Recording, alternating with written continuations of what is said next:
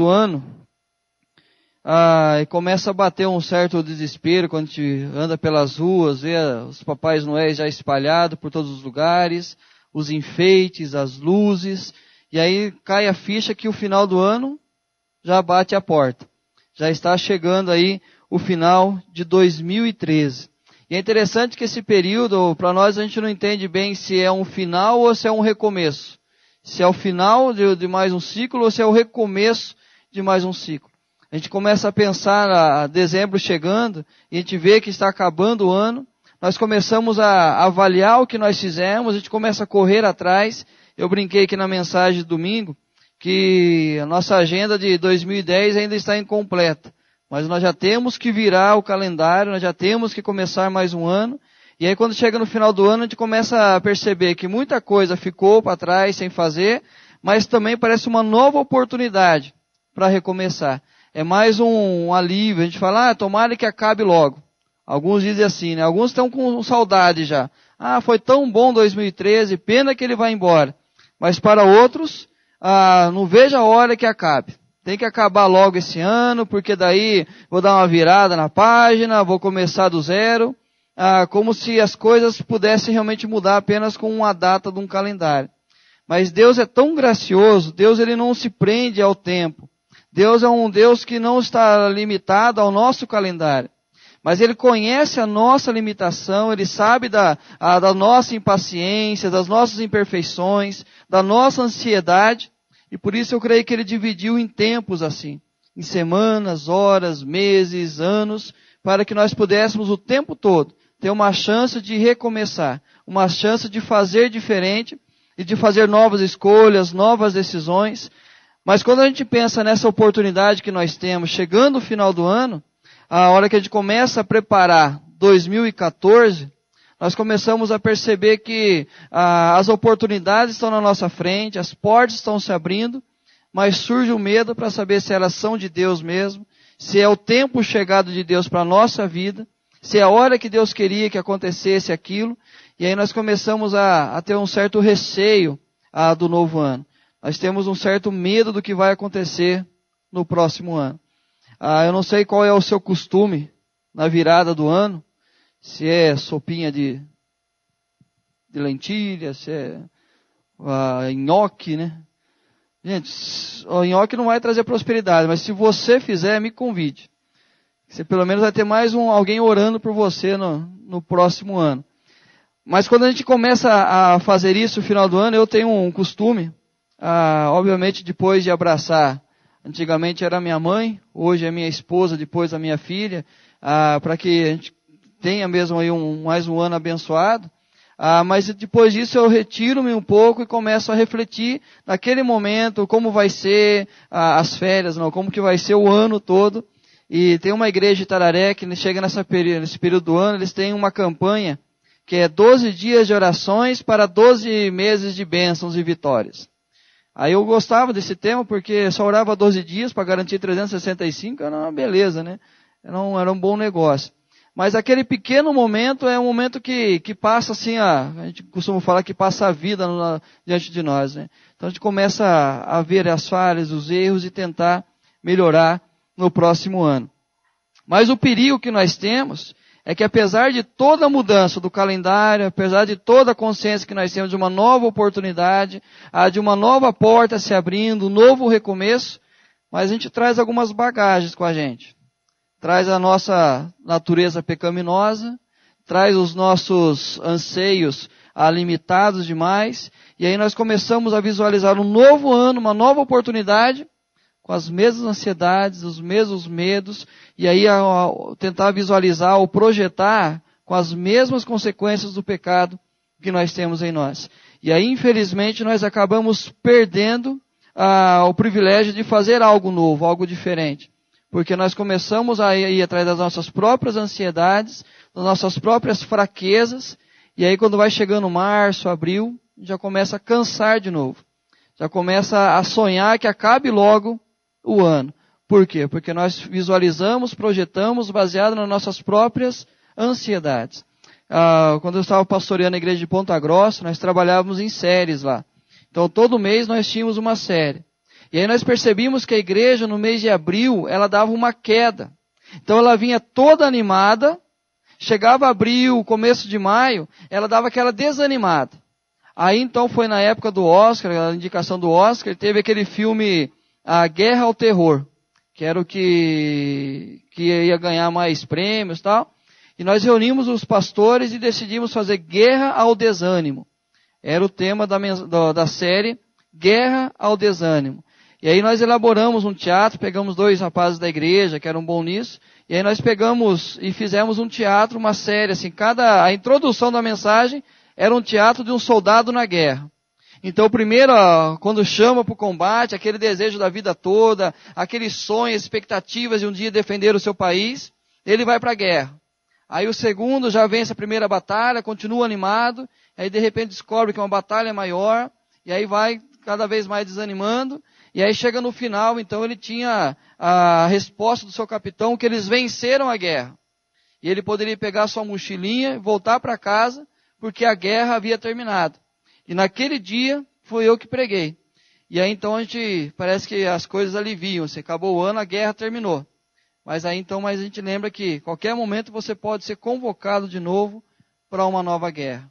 E aí vem novos desafios, novas lutas, e a necessidade que nós temos da perseverança, de perseverar. Mas, queridos, o grande problema nosso é perseverar em quê?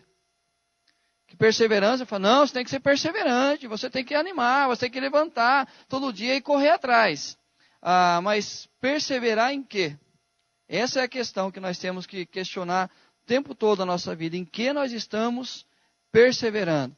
Porque diz que errar é humano, mas persistir no erro é alguma outra. É burrice. É burrice. Eu tentei achar uma palavra mais bonita. É burrice mesmo, né?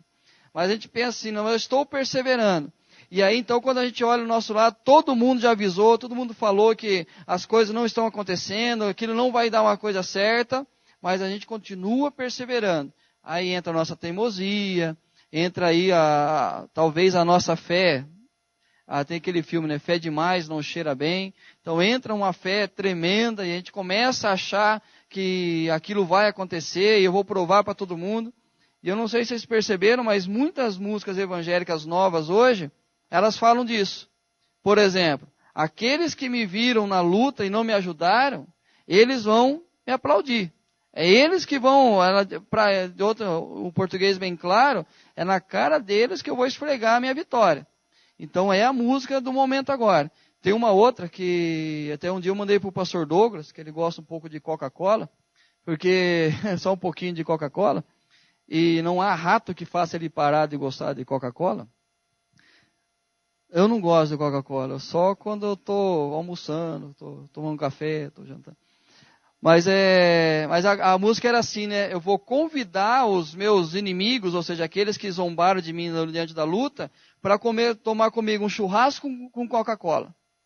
Então, ou seja, na hora da crise, agora eu vou mostrar que eu estou bem. Vou chamar todo mundo para um churrascão com Coca-Cola. Música evangélica. Aí a gente vê assim, quantas vezes a gente persevera numa coisa, mas que não é o caminho correto. O ditado mais recente é dar murro na ponta de faca. O apóstolo Paulo, ele usa esse com o cavalo da coice na charrete, que tinha os pregos na charrete. Então ele dava o primeiro, machucava. Aí o segundo, agora ele não ia ficar batendo o tempo todo sabendo que ia machucar. Mas aí essa perseverança que é o nosso problema. Em que nós estamos perseverando? E a certeza que nós temos é, se as coisas estão dando certo, se o vento está levando para esse lado, se tudo está se direcionando para aquilo, ou está fazendo bem para nós, a certeza que nós temos é, Deus está abençoando. O negócio é de Deus. Se tudo levou para esse lado, se as oportunidades me apontaram nisso, se a certeza que o meu coração está em paz, isso é de Deus. Mas, queridos, nem sempre quando as coisas dão certo, nem sempre quando está prosperando, nem sempre quando o alvo está sendo alcançado, é de Deus.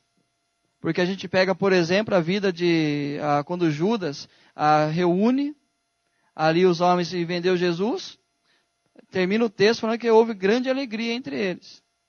Ou seja, os planos eram certos. Chegou até o momento de entregar Jesus. Eu vou me aproximar aquele a quem eu beijar é o Jesus. Vocês vão lá e pegam ele. Ou seja, tudo planejado. E aí a gente começa a pensar na nossa vida diária. Esse texto que nós lemos, a Torre de Babel, ela vai mostrar claramente isso. O risco que nós temos da nossa percepção limitada e achar que as coisas estão progredindo na vida é de Deus. Aí nós vamos entender os riscos que nós corremos na nossa vida. Olha como começa o texto do capítulo 11. Em toda a terra havia apenas uma linguagem e uma só maneira de falar. Sucedeu que, partindo eles do Oriente, deram com uma planície na terra de Sinear e habitaram ali. Então eles saíram de um lugar, foram para outro, e aí eles se deparam com uma terra grande, espaçosa e plana. Eles queriam um lugar para morar. Eles queriam um lugar que eles pudessem construir as suas tendas. E aí eles olham aquilo e falam, bom, aqui é o lugar perfeito. Esse é o lugar ideal para a gente. Isso aqui mostra que todas as famílias irão caber certinho aqui. Vamos ficar por aqui. Aí então começa a percepção humana das coisas. Começa a visualização a partir dos anseios humanos. Então nós estamos ao longo tempo, uma longa viagem, o povo já está cansado, e aí então chega e olha, se depara com isso, é de Deus. O negócio aqui é de Deus.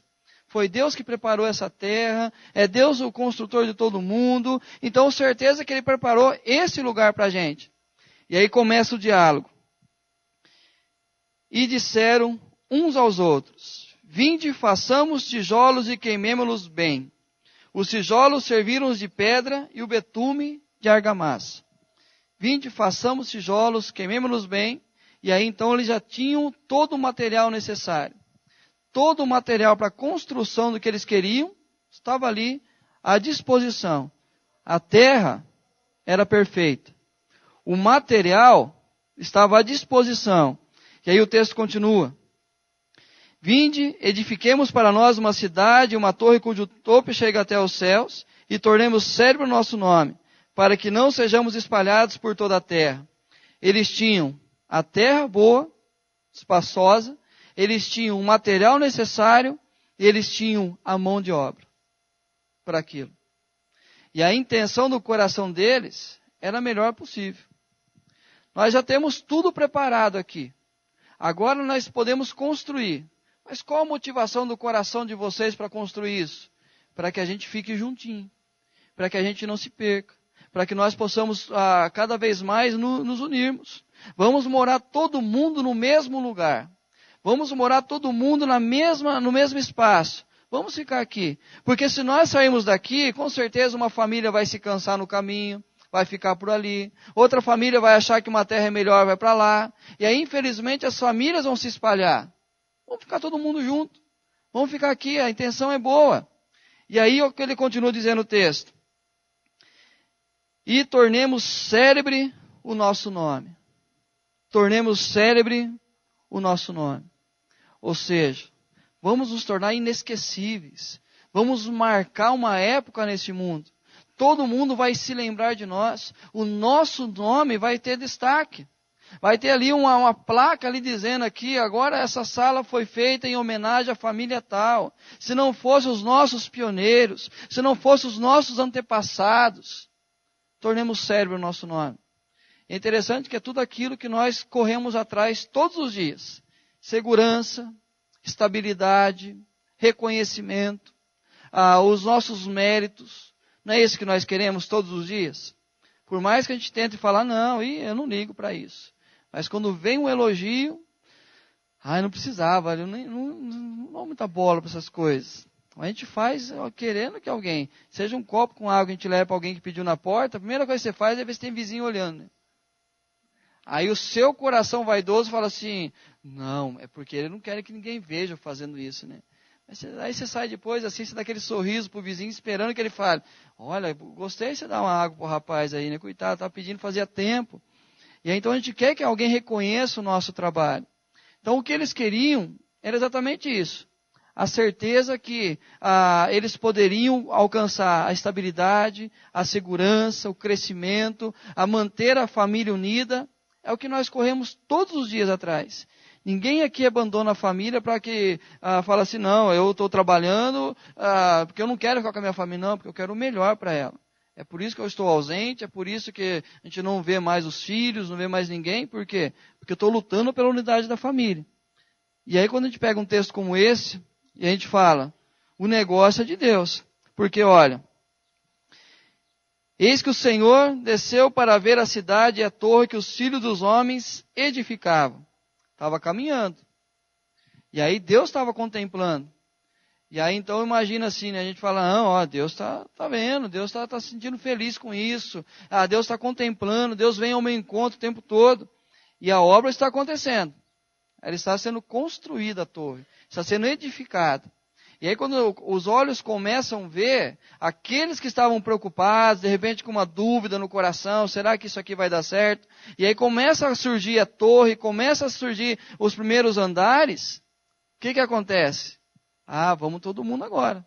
Agora é o momento.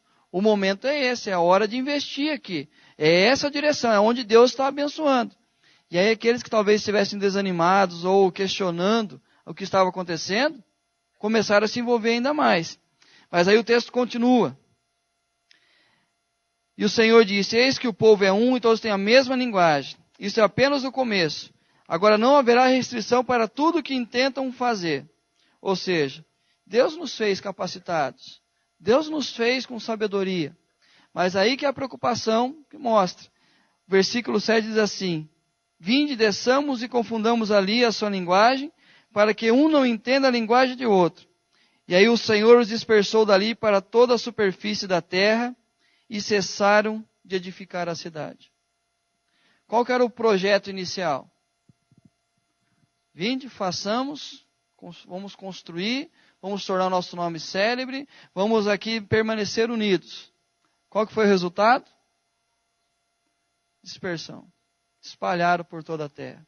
Já imaginou o desespero daquele dia? Você está reunido com a sua família, todo mundo próximo, e aí de repente você não consegue entender o que o outro fala.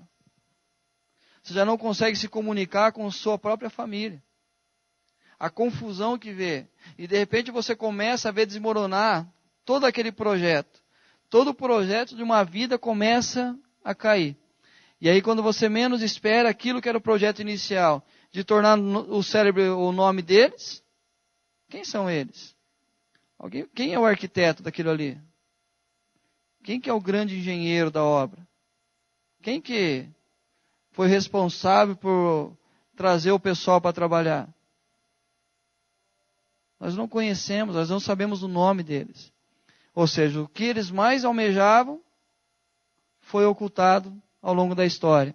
Mas é interessante que, quando ele fala aqui que Deus desceu e confundiu, e eles espalharam, aí começa o projeto de Deus a acontecer de novo. Qual que é a ordem de Deus para Adão e Eva? Povoem toda a terra. Toda a terra. Vocês não vão ficar cada vez levantando um novo andar.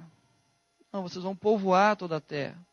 E aí então quando a gente pega uma realidade como essa, comparando com a nossa vida, quantas vezes os nossos olhos apontaram o caminho para nós? E quando nós falamos nossos olhos, não é simplesmente o que eu vejo, mas é tudo aquilo que o meu anseio me ensina a ver. Tudo aquilo que as minhas vontades, os meus desejos, me mostram que é o ideal. Que é um exemplo bem prático. O homem gosta muito disso. O homem vai numa loja, ele vê um sapato, ele fala, é esse. Eu preciso desse sapato porque é o que eu precisava para completar o meu guarda-roupa. Os homens são assim, não são? Nós homens somos complicados demais. Aí quando você olha aquele sapato, vai combinar com tudo. E até hoje você continua olhando aquele sapato no seu guarda-roupa e não tem roupa para vestir com ele, não tem lugar para ir, não tem utilidade aquele sapato, mas os seus desejos, homens, a sua ansiedade, homem, fez com que você comprasse aquilo ali. E aí então isso em uma escala menor. Mas quantas coisas nós fazemos na nossa vida porque os nossos olhos viram. E aí o próprio Cristo nos ensina, o apóstolo Paulo nos ensina, cuidado com as concupiscências dos seus olhos. com aquilo que você vê e deseja, baseando-se no seu pecado, baseando-se no seu sentimento de querer mais, de ter mais. E aí então nós começamos a entrar em um caminho perigoso. E aí quando nós olhamos, aí nós começamos a questionar, Deus, tudo bem. Talvez seja apenas o meu olhar, talvez seja apenas o meu interesse pessoal, mas mostra para mim se é o que o Senhor quer para mim. E de repente surge um cartão de crédito na sua mão. Do nada. Cartão aqui. Bom, se já tem ali o sapato que serve, combina com o meu terno. E eu tenho um cartão de crédito, puxa, é de Deus o negócio. Aí você dá uma saidinha do lado, você liga para sua esposa e fala, achei um na promoção. Aí a sua esposa fala para você assim, bem, você que sabe o que você está precisando, dá uma pensada melhor. Aí você desliga o telefone, o marido liga o telefone, como pensada melhor? Estou pensando amanhã inteiro no sapato. Aí o homem vai lá e compra. E aí então a gente chega, aí apresenta para a esposa o sapato, a esposa olha o sapato e fala assim, ai que lindo, maravilhoso, vai ficar lindo em você. Aí você fala assim, é de Deus o negócio. E aí a gente começa, através das coisas acontecendo ao nosso redor, as coisas ali sucedendo perfeitamente, fala assim, é de Deus. E aí a gente lembra de uma outra passagem que alguém edificou uma casa. Nós temos um erro de achar que a casa não foi construída na areia. Mas Jesus fala que as duas casas são construídas. Tanto a casa que você constrói na rocha, você constrói a mesma casa na areia. E aí quando começa-se um sonho de uma casa, construção de uma casa, você começa ali, lança os alicerces, as coisas começam a acontecer, vai levantando-se as paredes, você já escolhe as janelas, você começa a escolher a cor, você começa a mobiliar a casa, e você tem a certeza que o projeto é de Deus, porque você está almejando algo que é para você e para a sua família. Algo bom que você vai morar, um lugar para você habitar. Isso é importante para todo ser humano. Mas de repente começa a vir a chuva, vem a tempestade, começa a bater o vento contra a casa, e quando nós menos esperamos, a casa cai. A casa cai. E aí nós começamos, aonde foi que nós erramos? Puxa, eu orei tanto, eu pedi tanto para Deus, e as coisas começaram a acontecer, eu tinha certeza que era de Deus, e agora está assim. A família se perdendo, os sonhos se acabando, muita coisa sendo jogada para frente. E aí nós começamos a questionar, mas tudo apontava exatamente para o caminho que era. Sabe quais são os 3 erros que eles cometeram aqui, que nós cometemos o tempo todo? Primeiro a gente já falou aqui que é o basear-se nos nossos anseios. Lembrando que nós somos tendenciosos. Nós somos pecadores. E a tendência nossa sempre é querer a satisfação pessoal. Aqui o erro começa quando eles começaram dizendo aqui, e disseram uns aos outros. Disseram uns aos outros. Começou simplesmente no projeto humano. Um começou a olhar para o outro e o projeto humano. Vamos conversar aqui. Vamos projetar a nossa vida. E o que nós mais fazemos são projetos humanos.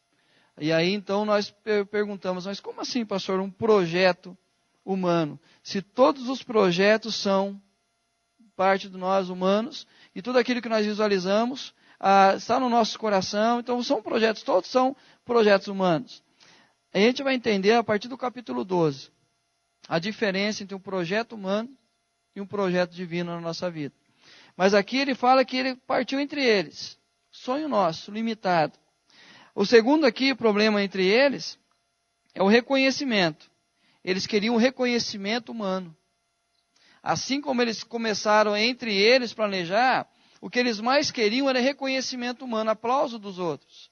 E tornemos célebre o nosso nome. E celebridade, nós sabemos como as pessoas negociam princípios para que elas possam se tornar célebres. Como as celebridades hoje são passageiras. Talvez se isso aqui fosse no Brasil, nós teríamos os nomes deles, né? Porque qualquer coisa no Brasil a gente consegue ficar famoso rapidinho. Basta uma foto, basta estar no lugar certo, basta fazer alguma coisa que você se torna famoso rapidinho.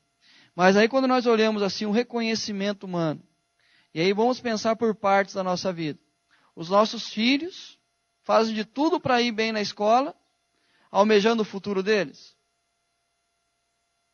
Não elogie ele para você ver. Se ele não vai tirar uma notinha vermelha só para você lembrar que você precisa se preocupar mais com ele. Mas ele faz o tempo todo esperando um reconhecimento. E aí talvez você, quando ele apareça, fala assim, não fez mais do que obrigação. Porque na sua idade eu trabalhava. Porque na sua idade a vida não era fácil para mim assim. Eu tinha que andar 12 quilômetros a pé para chegar na escola. Não é assim? Mas ele espera um reconhecimento. Eu lembro-me no seminário, temos lá o professor Adi Salum, que está lá há 112 anos, mais ou menos. Todo pastor presbiteriano foi aluno dele, para você ter noção. Todos os pastores vivos, presbiterianos, foram aluno dele. Mas o que a gente mais esperava era tirar um 10 na prova. Porque era gostoso tirar 10 com ele. E aí eu fui os 3 anos, tive 3 anos de aula com ele, era 9.7, 9.6, 9.5.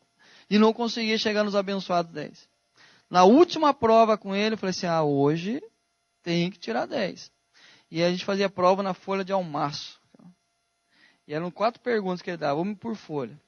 Entreguei para ele escrito ponta a ponta. Agora eu tiro 10. Aí ele deixava as últimas do 10 por último para entregar. Na hora que ele foi entregar a minha, muito bem, meu irmão.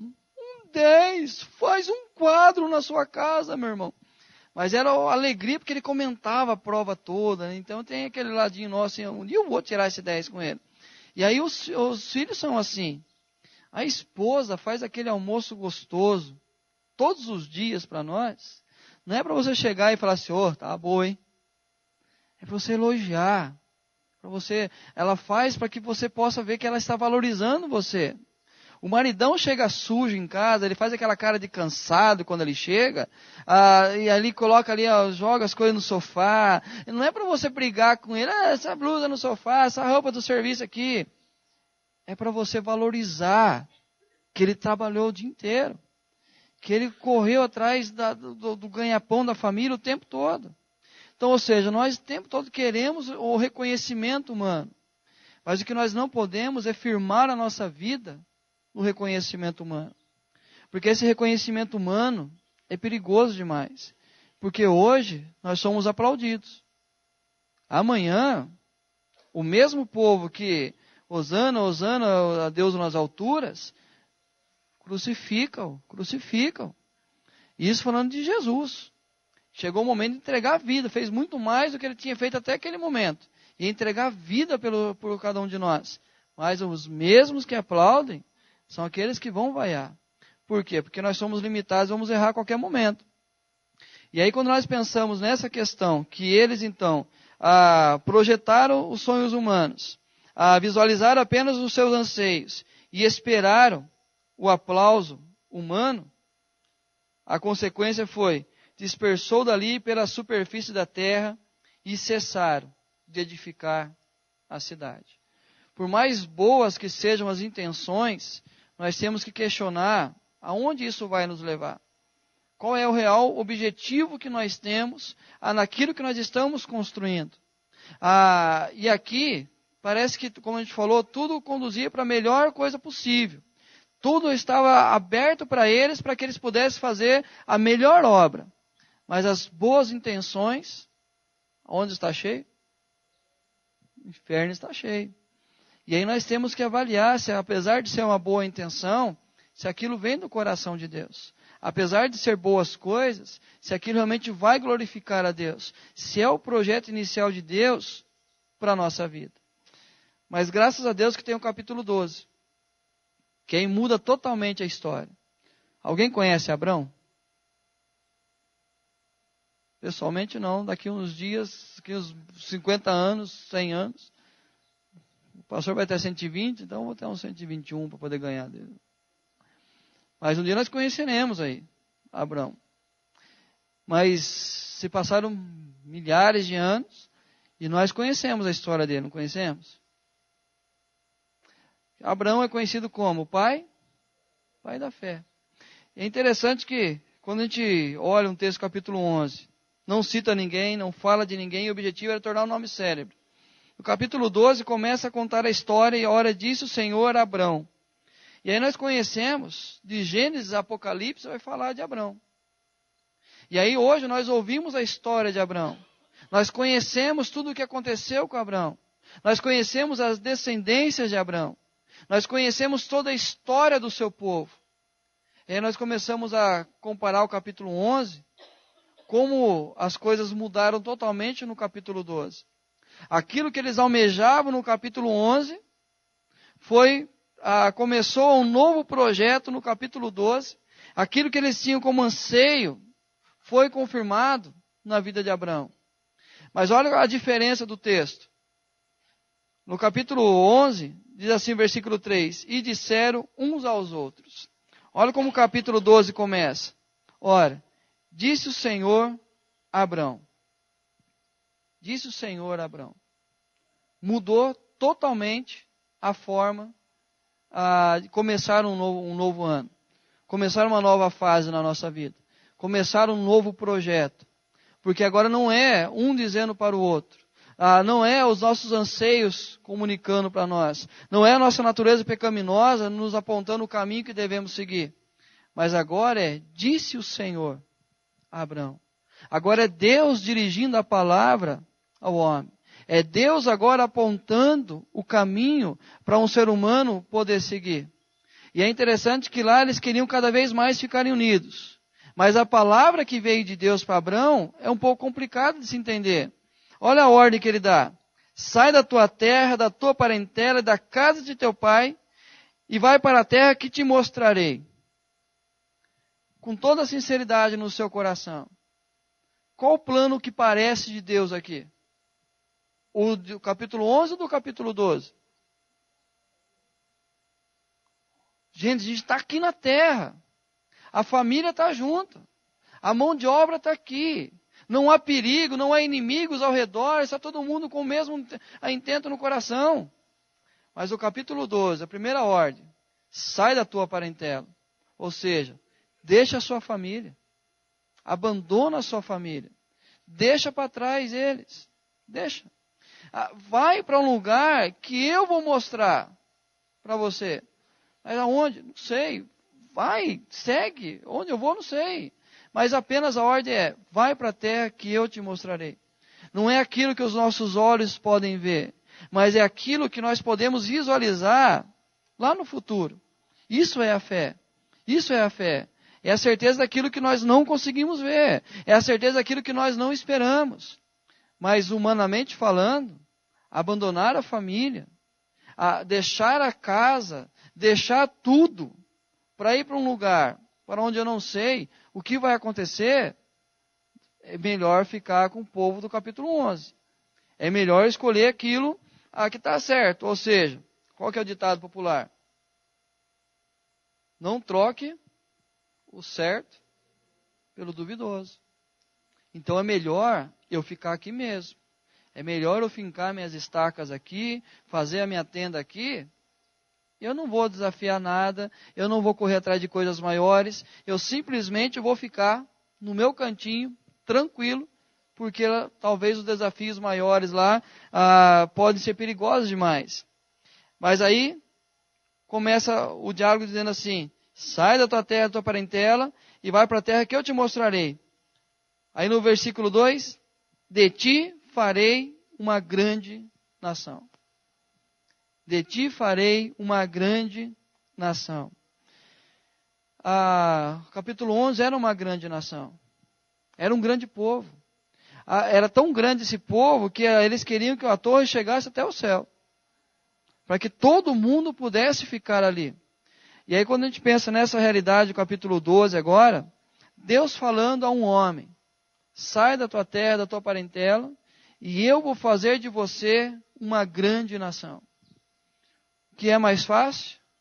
Você visualizar uma multidão de pessoas, com todos eles com um elo familiar, ou você pegar a sua esposa e sair, a esposa já com uma certa idade, não podendo ter filhos, e vou falar para você, sai e vou fazer de você uma grande nação.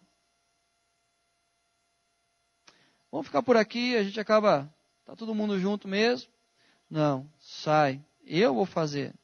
Eu imagino os questionamentos de Abraão ali, né? A vida de Abraão foi bem tranquila, né? A vida de Abraão foi um negócio assim, tudo programadinho, tudo E servir a Deus é dessa forma. Não é, a Bíblia fala que o nascido de Deus, ele não sabe para onde vai, para o que vai. Ele é guiado pelo Espírito de Deus. E aí, o texto continua. Abençoarei e te engrandecerei o nome. E te engrandecerei o nome. Capítulo 11. Tornemos célebre o nosso nome. Gente, é o mesmo propósito. É engrandecer o nome também. Ou seja, é ter uma terra, é ter uma grande nação, é construir uma história e ter o nome célebre. É o mesmo projeto de vida. É o mesmo intuito do coração deles, é a mesma realidade. A diferença é quem começa falando, quem começa apontando o caminho. No capítulo 12, quem começa é Deus. E quem faz a promessa de tornar o nome grande é Deus. E aí, a única ordem aqui, o único desafio que ele tem, além de sair da terra, tal, é ser tu uma benção. E aí quando a gente pensa em ser tu uma benção, e olhar o capítulo 11, o que eles se tornaram? Uma grande maldição. No capítulo 12, ser tu uma grande benção. No capítulo 11, quem acabou com os projetos deles? Quem que fez com que eles parassem de edificar aquela torre? Foi Deus. E quem vai fazer de Abraão uma grande bênção? Olha o que diz no versículo 3. Abençoarei os que te abençoarem, e amaldiçoarei os que te amaldiçoarem. Em ti serão benditas todas as famílias da terra. Capítulo 11, todas as famílias, de certa forma, foram malditas. Capítulo 12, todas as famílias serão benditas. E aí, queridos, quando nós olhamos os nossos projetos, os nossos anseios, são os mesmos do capítulo 11. Nós temos os mesmos projetos de querer conquistar, de querer fazer, de querer realizar, porque Deus nos fez assim. Capítulo 16 de Provérbios diz o que? 16:1. O homem pode fazer planos. Deus nos capacitou dessa forma. Deus nos ensinou dessa forma. Deus nos fez, cada um de nós, sonhadores. Ou seja, tudo aquilo que nós queremos na vida, nossos anseios, desejos, foi Deus que nos fez assim. Mas a grande preocupação nossa é que a gente só para na primeira parte do versículo. Onde nós falamos, o homem pode fazer planos. E o tempo todos nós estamos fazendo planos. Mas esquecemos a segunda parte.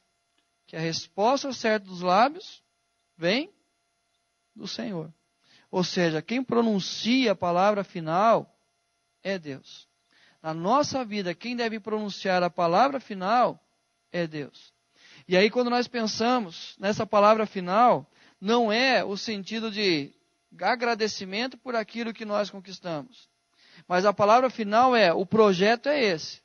Ou seja, antes de iniciarmos, é a Deus que nós devemos buscar.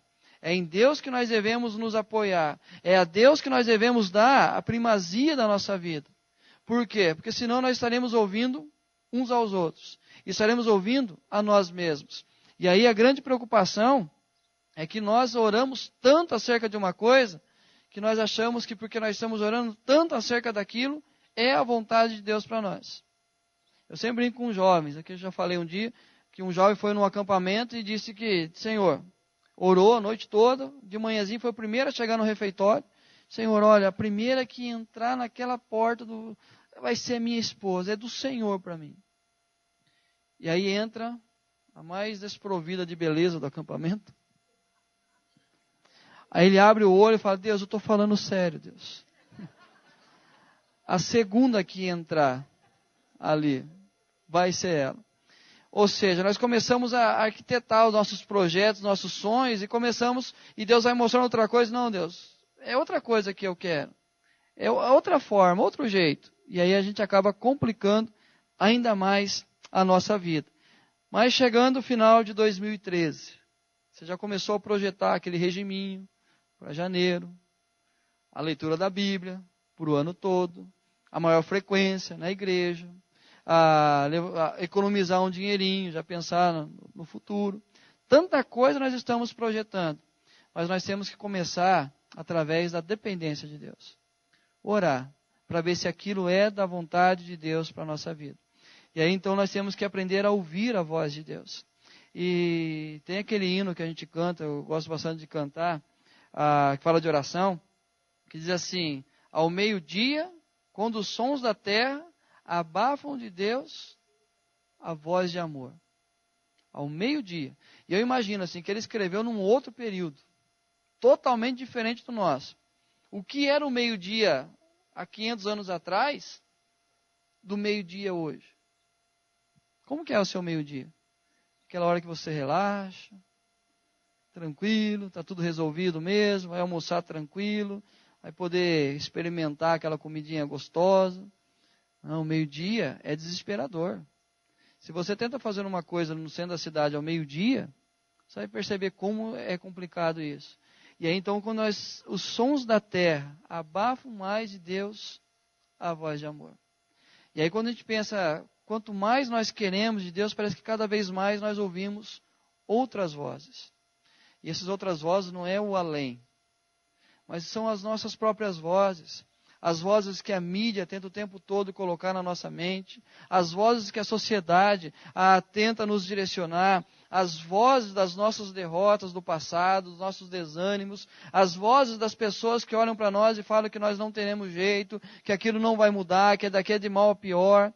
Ou seja, as vozes que nós ouvimos que abafam cada vez mais de Deus a voz de amor. E a certeza que nós temos é parar para ouvir o que Deus tem para dizer para nós. E é interessante quando nós paramos para ouvir o que Deus tem para falar, a primeira coisa que Ele fala para nós é: abandone os seus ídolos. Abandone os seus ídolos. Sabe o que era deixar Terá para trás? Deixar o pai para trás, Abraão? Na tradição judaica, o nome do pai de Abraão era construtor de imagens, escultor de imagens. Ou seja, era alguém que investia pesado na idolatria do povo.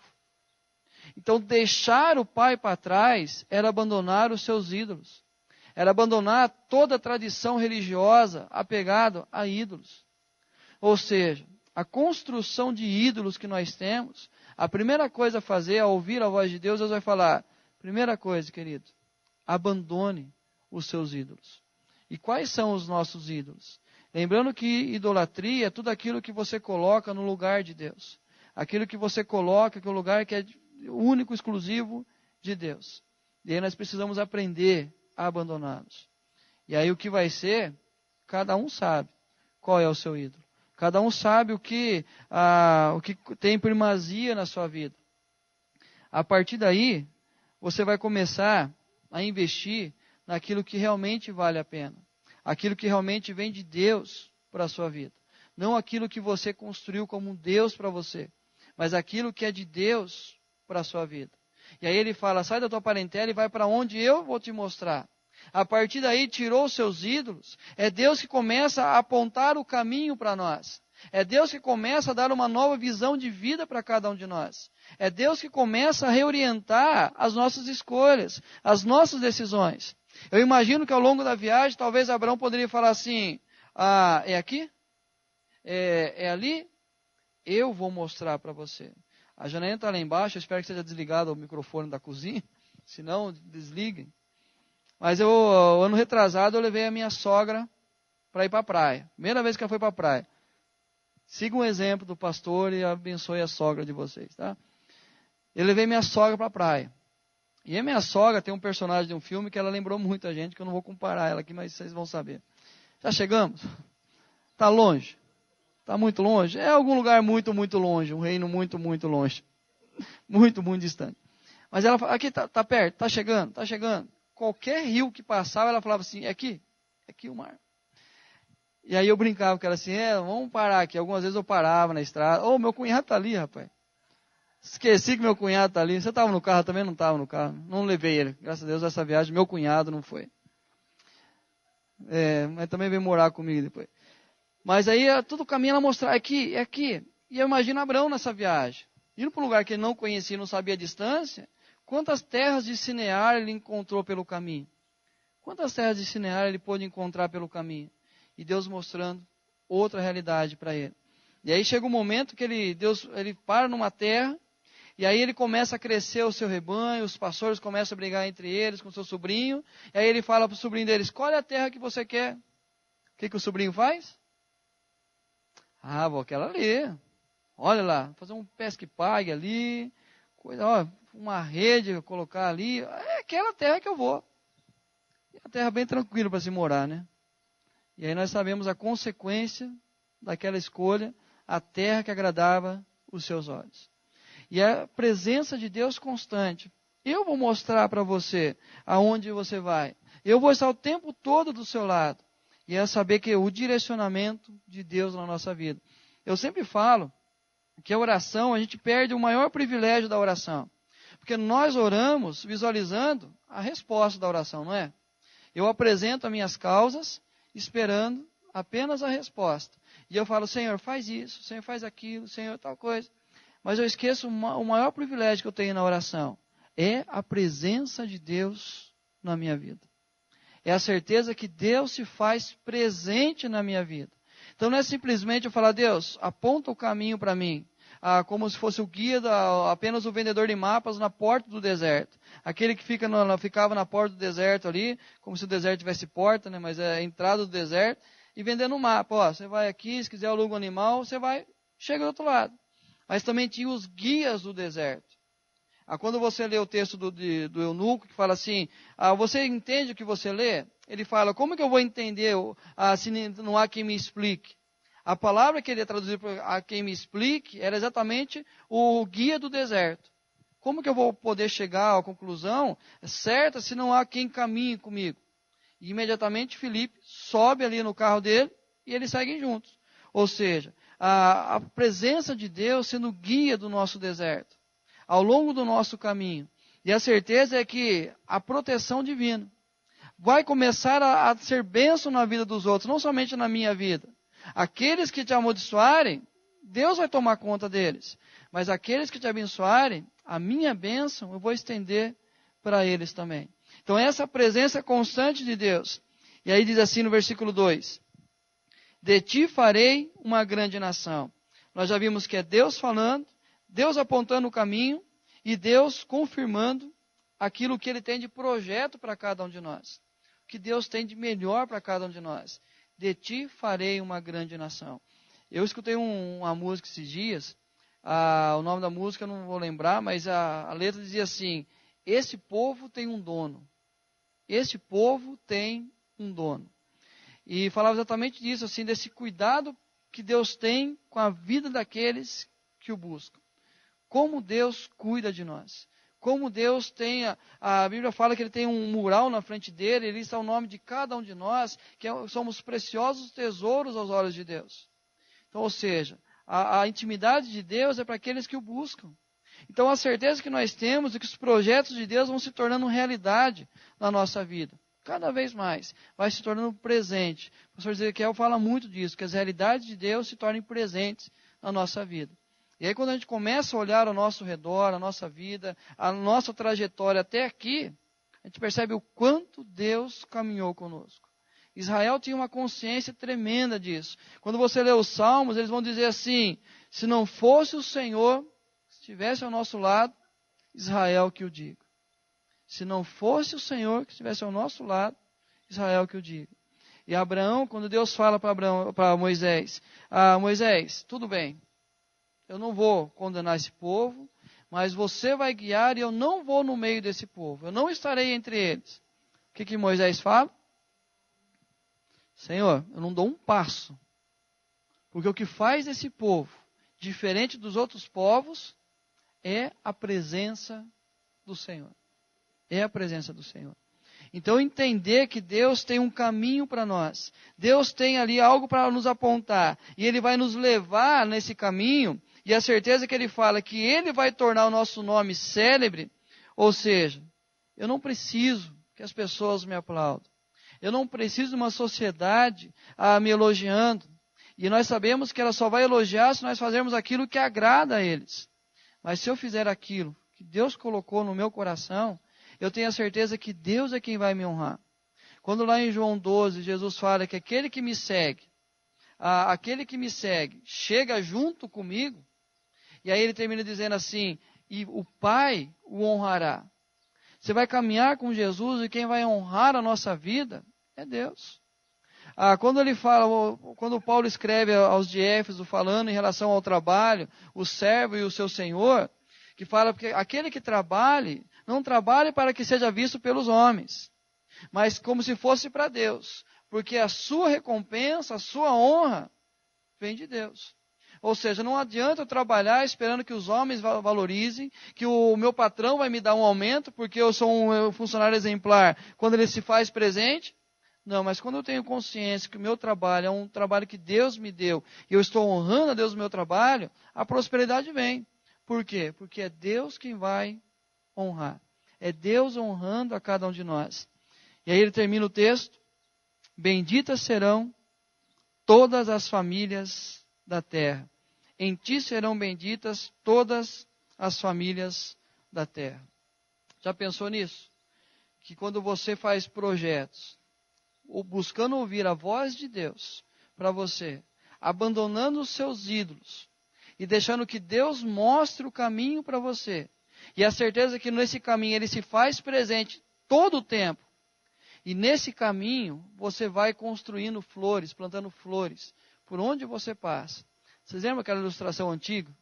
De um menino que todos os dias ele tinha 2 baldes que ele tinha que buscar água, e um dos baldes estava furado, e todo dia ele reclamava que chegava vazio um balde.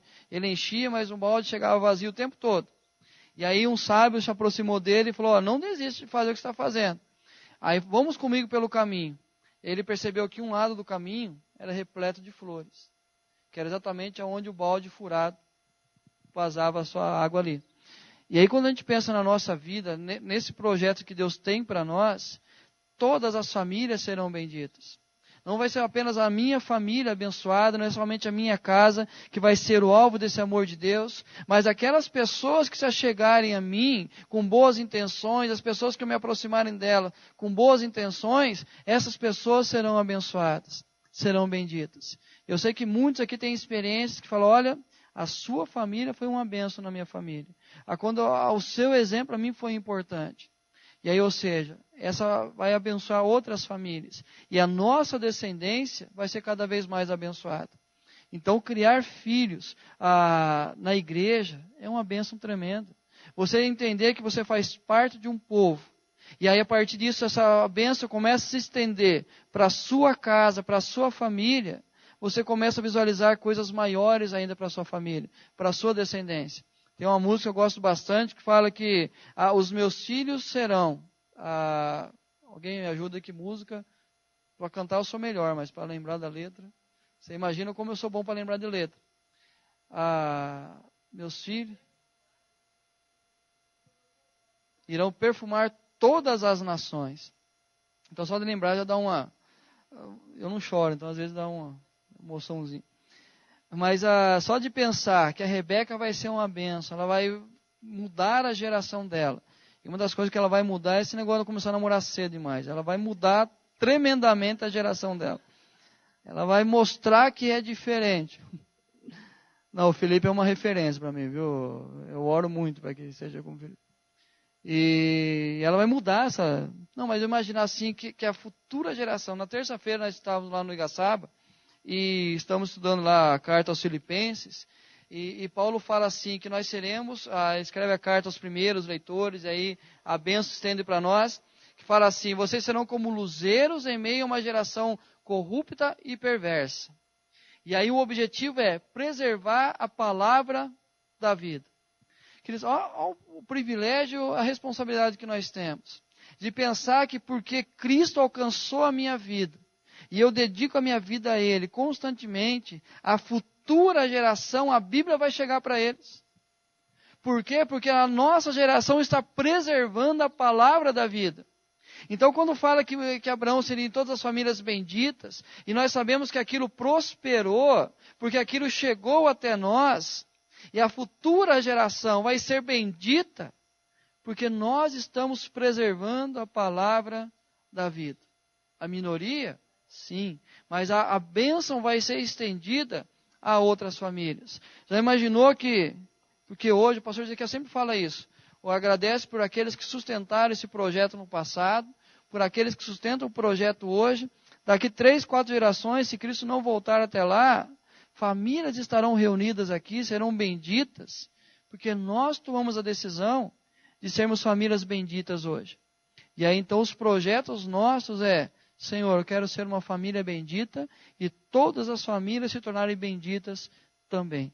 E aí então nós temos o desafio diário da nossa vida, de vivenciar as realidades de Deus. Então quando alguma coisa você está projetando parece tão perfeita, coloque diante de Deus. Se há esses princípios de ouvir a voz de Deus, de abandonar os seus ídolos, de deixar que Ele mostre o caminho para você, de ter a presença constante. E se a sua família vai ser bendita com a escolha que você está fazendo. E a consequência é que outras famílias também sejam benditas. Amém?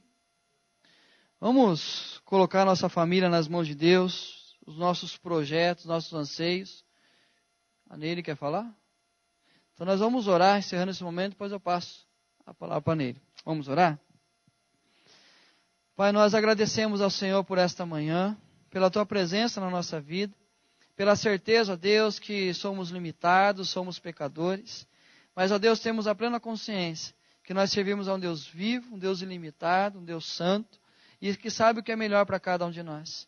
Nós te louvamos, ó Deus, pela certeza, ó Pai, que o Senhor tem projetos para cada um de nós, e que nós possamos, ao longo da nossa vida, sejamos sensíveis, ó Deus, à voz do Senhor, para que calemos a nossa voz, para que abandonemos os nossos ídolos, e assim saibamos, ó Pai, que o Senhor vai mostrar o caminho, não apenas mostrá-lo, mas irá acompanhar, Deus, a cada passo da nossa vida.